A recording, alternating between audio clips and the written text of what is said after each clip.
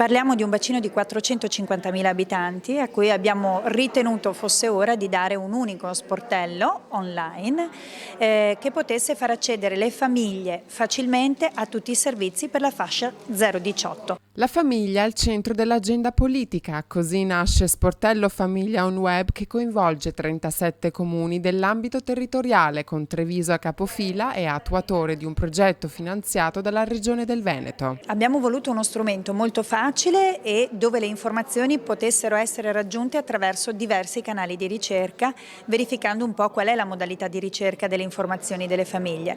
Dall'altra parte abbiamo voluto garantire ad ogni comune la possibilità di intervenire in autonomia nella condivisione dei suoi contenuti e nell'aggiornamento dei suoi contenuti. L'obiettivo è dare la possibilità ai cittadini di accedere facilmente alle notizie online, in quanto il sito dedicato allo sportello famiglia è facile da usare e semplice alla navigazione. Rappresenta una banca dati per la famiglia che vuole orientarle durante il percorso di crescita dei propri figli.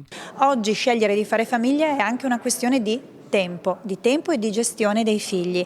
Ecco, con questo sportello noi speriamo di poter incontrare maggiormente, di dare più facilmente le informazioni e in tempi molto più rapidi. Anche il Veneto registra purtroppo negli ultimi anni una diminuzione dei nati e un superamento purtroppo dei decessi rispetto ai nuovi nati e quindi dobbiamo coinvolgere tutti quanti la nostra attenzione e le energie e anche le disponibilità per invertire questo trend.